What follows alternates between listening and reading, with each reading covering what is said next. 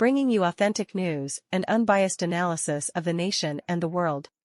Bharatiya Janata party BJP के लिए बड़ा झटका, एक बहुत बड़ा झटका या अपनी बेवकूफी से झटका। इन्होंने खड़ा किया आसनसोल से भोजपुरी अभिनेता और भोजपुरी गायक पवन सिंह। और जिस दिन इन्होंने भोजपुरी अभिनेता पवन सिंह को टिकट दिया, उसके एक दिन में ही वह भाग गया। एक दिन बाद वह कहता है कि आपने मुझे जो टिकट दिया उसके लिए दिल से आभार है। पार्टी ने मुझ पर विश्वास करके आसनसोल का उम्मीदवार घोषित किया, लेकिन किसी कारणवश मैं आसनसोल से चुनाव नहीं लड़ पाऊंगा। सीधा सीधा बोल दिया, हमें इस चुनाव के झंझट में मत खींचो, मुझे चुनाव नहीं लड़ना है। अरे भाई, उससे पहले पूछ लिया होता, पहले तो पूछ लिया होता कि भाई तुम्हें चुनाव लड़ना है कि नहीं। पूछा ही नहीं, उन्होंने ऐसे ही कह दिया भाई इसको लड़ेंगे। भाई बीजेपी सोचती है हम जिसको खड़ा करेंगे वही लड़ेगा, लेकिन इन्होंने कहा मुझे किसी पार्टी में नहीं जाना है, मुझे चुनाव नहीं लड़ना है। एक दिन बाद जिस दिन उसे घोषित किया गया, उसके अगले दिन उसने ट्विटर पर जेपी नड्डा को टैग करते हुए कहा कि मुझे नहीं लड़ना है। तो ये बीजेपी एक ऐसा पार्टी है जो बंगाल में आते ही इनका कॉन्फिडेंस जीरो हो जाता है। पश्चिम बंगाल में आते ही इनका आत्मविश्वास जीरो हो जाता है, क्योंकि वेस्ट बंगाल की इकाई जो है, वेस्ट बंगाल यूनिट जो है, उसमें कोई भी काबिल लीडर नहीं है। अब दिल्ली से तो कंट्रोल होगा नहीं हमेशा, ये तो कुछ कुछ तो लोकल लोगों को करना पड़ेगा ना, लोकल लीडर्स को करना पड़ेगा। हर बार तो मोदी जी दिल्ली से कंट्रोल नहीं करेंगे। और यहाँ का जो लोकल लीडर है वह सिर्फ पप्पू से भरा है, एक दिमाग वाला आदमी नहीं है। इसीलिए ये इन्होंने सोचा भाई क्या करें, चलो ये भोजपुरी एक्टर बहुत फेमस हैं, तो फिल्म एक्टर और फिल्म सिंगर इनको सब वोट दे देंगे, वरना ऐसे तो जीतेंगे नहीं। लेकिन उन्होंने भी कह दिया मुझे नहीं खड़ा होना है, क्योंकि हारना तो है, बेकार हारने के लिए कौन खड़ा होगा, मुझे नहीं खड़ा होना है। तो ये बीजेपी क्यों अपना आत्मविश्वास खो देता है? क्योंकि इनके पास कोई असली लीडर नहीं है, सब पप्पू हैं, सबके सब पप्पू हैं। मैंने दिखाया था पहले, जब ये संदेश खाली में मैंने दिखाया था, कितने बेवकूफ हैं जो एक हथियार ठीक से इस्तेमाल नहीं कर सकते। हाथ में आता है ब्रह्मास्त्र, अस्त्र चलाना नहीं आता, ऐसे पकड़ते हैं कि उसका फ्यूज उड़ जाता है, वह अस्त्र बेकार हो जाता है।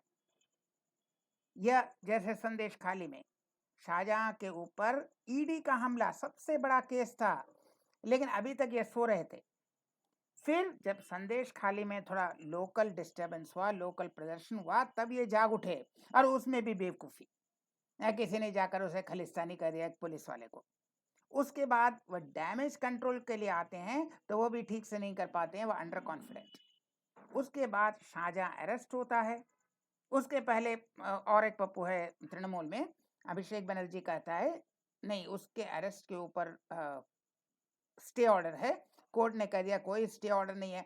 उसको ये भुना नहीं पाते, उसका ये अस्त्र का भी इस्तेमाल नहीं कर पाते, सब फेल। एक एक अस्त्र हाथ में आता है, सब फेल। उसके बाद संदेश खाली में शाहजहां शेख गिरफ्तार होते हैं। इसके बाद सुबह कहता है ये ममता बनर्जी का आदमी है, इसे बेल मिल जाएगा। अरे बेल तो कोर्ट देता है। यह सोच रहे थे ये ममता बनर्जी के ऊपर अटैक करते हैं, लेकिन अटैक किया कोर्ट के ऊपर।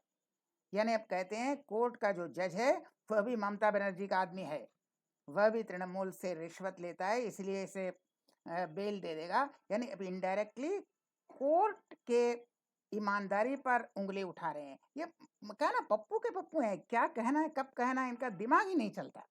ये सोच रहे थे भाई हम ममता बनर्जी को अटैक करेंगे, लेकिन कह दिया इसे बेल मिल जाएगा, ममता बनर्जी है। यानी आप इनडायरेक्टली कहते हैं कि ममता बनर्जी कोर्ट को भी इन्फ्लुएंस कर दिया, यानी कोर्ट भी ममता बनर्जी के कहने पर चलता है। यानी कोर्ट भी तृणमूल से पैसा लेता है, रिश्वत लेता है, वरना गलत काम कौन करता है भाई? बिना रिश्वत लिए कोई गलत काम तो करेगा नहीं। जज साहब सही काम करेंगे तो सैलरी मिलेगा, अब गलत काम करना है, अब कहते हैं वो गलत काम करेंगे, इसे बेल दे देंगे, इसका मतलब है वह तृणमूल का आदमी है या उससे रिश्वत लेता है। आपने कोर्ट की ईमानदारी पर अंगुली उठाया।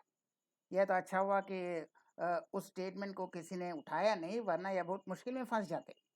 तो यहाँ पर बीजेपी का कोई भी दिमाग वाला आदमी नहीं है, इसीलिए यह बंगाल में आते हैं तो इनका हाथ पांव फूल जाता है, यह इनका सब ठंडा पड़ जाता है, सब जोश। और बेकार इधर उधर चिल्लाते हैं, होता कुछ नहीं है। तो इसीलिए अब इनका कॉन्फिडेंस जीरो है। तो इसने सोचा चलो आसनसोल से किसको चलो एक महान भोजपुरी गायक बहुत फेमस है, तो उसने भी कह दिया मुझे नहीं लड़ना है, काम खत्म। तो यही होता है जब आप लोकल लीडर्स को ठीक से ट्रेन नहीं कर पाते हैं या काबिल लोकल लीडर्स नहीं होता है, तो यही होता है। तो पवन सिंह ने कह दिया मुझे नहीं लड़ना है, न बीजेपी से लड़ना है, न और कहीं से लड़ना है। मैं अपना गाना गाता हूँ, मैं अपना एक्टिंग करता हूँ, ठीक है, मुझे चुनाव में मत घसीटो, थैंक यू, गुड बाय। और बीजेपी के मुंह पर एक जबरदस्त चांटा। हम फिर मिलेंगे ऐसे और वीडियो के साथ, तब तक के लिए नमस्कार।